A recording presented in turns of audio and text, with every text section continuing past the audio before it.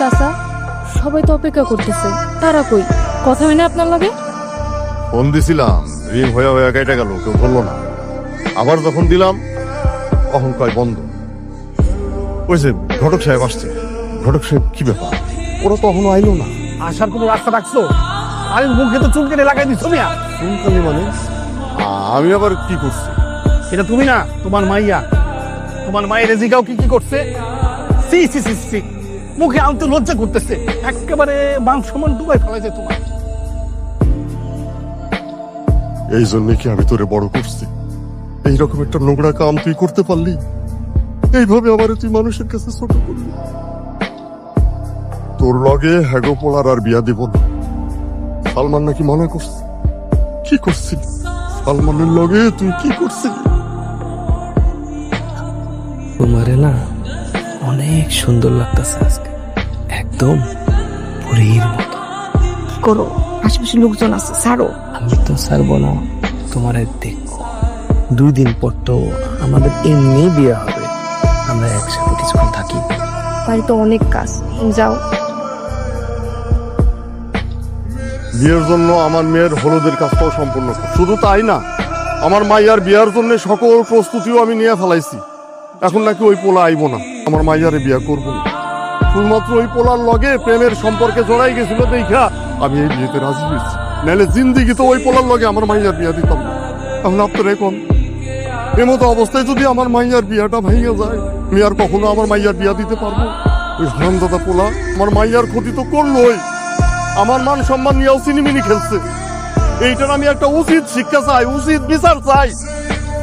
Member সাহেব, যেমন করে হোক ওই পোলারে আনার ব্যবস্থা করে, নাইলে আমার মাইয়ার সাথে যেমন করে হোক।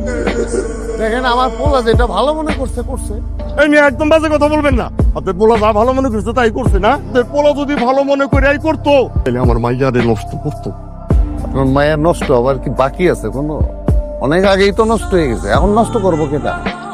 বুঝলাম আমার পোলার দোষ আছে, কিন্তু আমার পোলা তো আপনার মায়ের উঠায় নিয়ে যায় না। আপনার মায়ের তো স্বেচ্ছায় গেছে, আমার পোলা বলছে বলি তো আপনার মায়ে গেছে, তাই না? আচ্ছা, মাইনে নিলাম।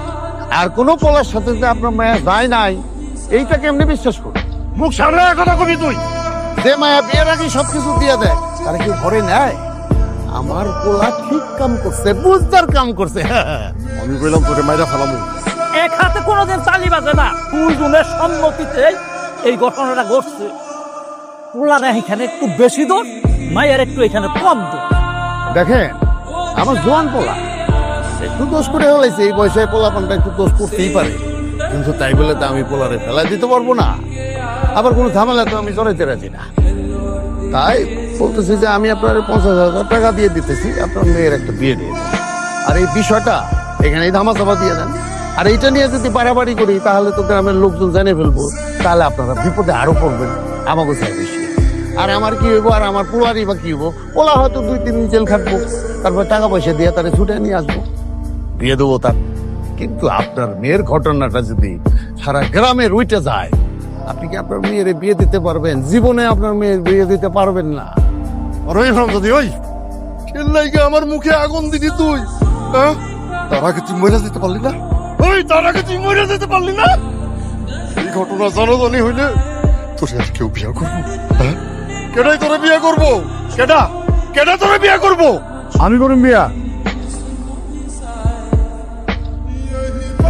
আমি ওনারে বিয়ে করবো। কি করতেছেন? একটা মানুষ যখন বিপদে পড়ে সেই সুযোগটা নিয়ে না এই ধরনের কাজ কোনো করতে হয় না। আপনি আমার যখন বিয়ের কথা বলছিলেন, আমি আপনার পছন্দ করি না, আপনার সাথে আমার কখনো যায় না, কেন এটা করবেন? আমি বলছিলাম আমার বিয়ে করে সেই সুযোগটার কাজে লাগাইছেন না। ভুল বুঝতেছো। এটা ঠিক আছে, আমি তোমার খুব পছন্দ করি, এই জন্যই আমার চোখের সামনে তো তুমি ছোট হইতেছিলা, তোমার পরিবার ছোট হইতেছিল, চারদিকে কত মানুষ, কি নাকি বিপদ হয়ে জায়গা, বিপদ থেকে উদ্ধার করার জন্য আমি কইছি যে আমি বিয়ে করব। আমি মনে হয় একটু ভুল করে ফেলাইছি। দেখো রুই, তোমার তো বয়স কম, একটু বড় হলে সব বুঝবা। বিয়েটা তো হয়ে গেছে না, সংসারটা করি। কিসের সংসার? আমি আপনার বলছি আমি সংসার করবো, আমি আপনার বলছি আমি আপনার বিয়ে করবো। আমি এই সংসার মানি না। ওই জায়গায় না কয়ে দিতা, বিয়েটা করলে কি লিখে? আমি বিয়ে করছি? আমার বাপের মুহের দিকে তাকে আমার বিয়ে করতে হয়েছে, সমাজের দিকে তাকে আমার বিয়ে করতে হয়েছে। আমি তো বিয়ে করতে চাই নাই। আসলে আমি এখন পড়াশোনা করতেছি, পড়াশোনা শেষ করে আমি যখন চাকরি পামু আপনি আমার তালাক দিবেন। আরেকটা কথা, আপনি আমার কখনো শুইতে পারবেন না। আপনি যদি আমার শুইতে আসেন আমি কিন্তু ফাঁসি নিব।